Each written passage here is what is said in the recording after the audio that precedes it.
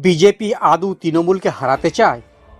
গেরুয়া শিবিরের অস্বস্তি বাড়িয়ে প্রশ্ন অভিজিতের। বিজেপি আদৌ তৃণমূলকে হারাতে চায় কিনা তা নিয়ে প্রশ্ন তুললেন কলকাতা হাইকোর্টের প্রাক্তন বিচারপতি তথা বিজেপি সাংসদ অভিজিৎ বন্দ্যোপাধ্যায়।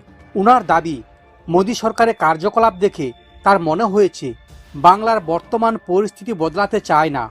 পাশাপাশি হিন্দি বলয় থেকে নেতাদের এনে প্রচারের তীব্র বিরোধিতা করেছেন তিনি। সব মিলিয়ে বিজেপি অস্বস্তি বাড়িয়ে বিস্ফোরক অভিজিৎ গঙ্গোপাধ্যায়। এক সংবাদ মাধ্যমে দেওয়া সাক্ষাৎকারে এমনই নানা মন্তব্য করতে দেখা গিয়েছে অভিজিৎ বাবুকে। তিনি বলেন, কেন্দ্রের অ্যাকশন দেখে আমার মনে হয়েছে কেন্দ্র পশ্চিমবঙ্গে এই পরিস্থিতি বদল করতে চায় না। কেন পশ্চিমবঙ্গের মতো এক প্রশাসনিক রাজ্যে ৩৫৫ ধারা জারি করা হবে না, এটা আমার কাছে একটা বিরাট প্রশ্ন।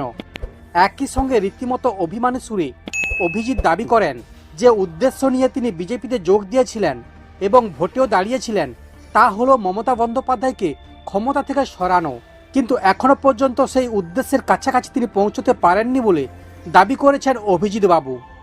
এর দায় মূলত কেন্দ্রেরই। কেন্দ্রীয় সরকার এর জন্য কিছু করেনি।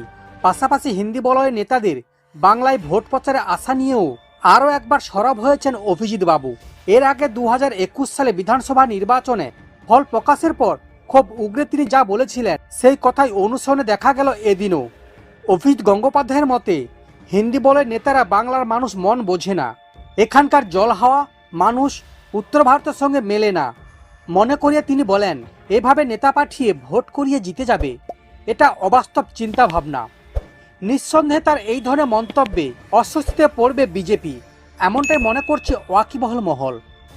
রাজ্য বিজেপিতে ফের নতুন রাজনৈতিক সমীকরণের গুঞ্জন। সোমবার গভীর রাতে নিউ টাউনে সুকান্ত মজুমদারের বাড়িতে হাজির হন শুভেন্দু অধিকারী।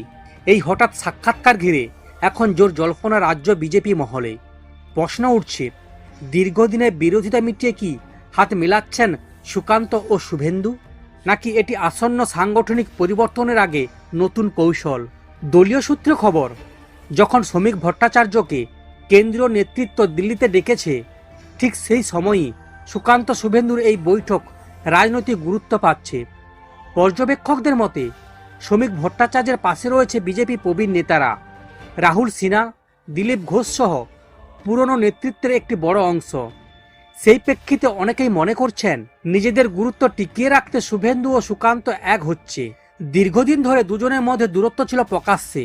সুকান্ত সভাপতি থাকাকালীন বহু বৈঠকে শুভেন্দু উপস্থিত থাকতেন না এবং তা নিয়ে সুকান্ত প্রকাশ্যে ক্ষোভ প্রকাশ করেছিলেন।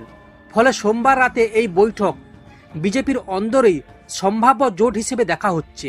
বিজেপি সূত্রে জানা গিয়েছে, রাজ্য সভাপতি শ্রমিক ভট্টাচার্যের অনুমতি ছাড়াই সুকান্ত ও শুভেন্দু জেলা সফরে যাচ্ছেন, যা দলীয় শৃঙ্খলার পরিপন্থী বলে অনেকের মত।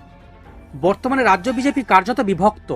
একদিকে পুরনো নেতৃত্ব, অন্যদিকে নতুন প্রজন্মের প্রভাবশালী নেতারা। রাতে বৈঠক রাজ্য রাজনীতিতে এক নতুন প্রশ্ন ছুড়ে দিয়েছে।